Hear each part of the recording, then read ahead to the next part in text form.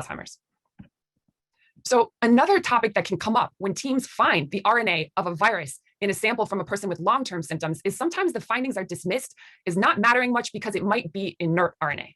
And to be fair, I've never really understood this argument, and a lot of people don't, because nearly every human cell type contains what are called RNase enzymes. They're enzymes that rapidly degrade inert RNA. So if the RNA in samples that we collect on patients is inert, the molecular mechanisms of this inert RNA persistence would really have to be much better delineated.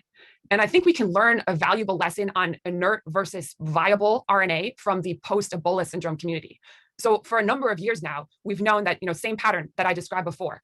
Ebola patients, some of them develop chronic symptoms after Ebola infection. And if you test the blood, the fluids of these patients, you no longer find the virus or its RNA. However, multiple teams have looked in what are called anatomical sanctuaries in these patients, and they have found Ebola RNA. So for example, they found Ebola RNA in men's semen months or years after initial infection, and also in women's breast milk, and even in anatomical sanctuaries like eye tissue. So some of the first interpretation of these findings was that the RNA was inert, maybe it didn't matter. And then this happened. Just recently, just this January, this team published a paper and they found that levels of neutralizing and total antibodies continue to fluctuate in the plasma of a high proportion of Ebola survivors.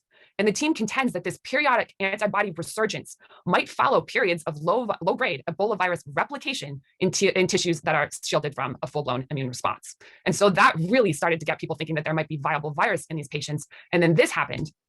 Just about a month or so ago, there was a new Ebola outbreak in Africa. And when the strain of the Ebola pathogen causing the outbreak was sequenced, several teams found that the strain from this outbreak barely differed from a strain seen 5 to 6 years ago on a different outbreak. And 3 independent research teams concluded that this new Ebola outbreak was likely sparked by a person infected over 5 years ago who had chronic, viable Ebola virus in anatomical sanctuaries that was able to even start a new pandemic. So I think we need to be open-minded to the possibility that when we're studying long COVID or ME/CFS, and if we find viral RNA in tissue samples or in biopsy samples, that it may represent virus that is actually viable.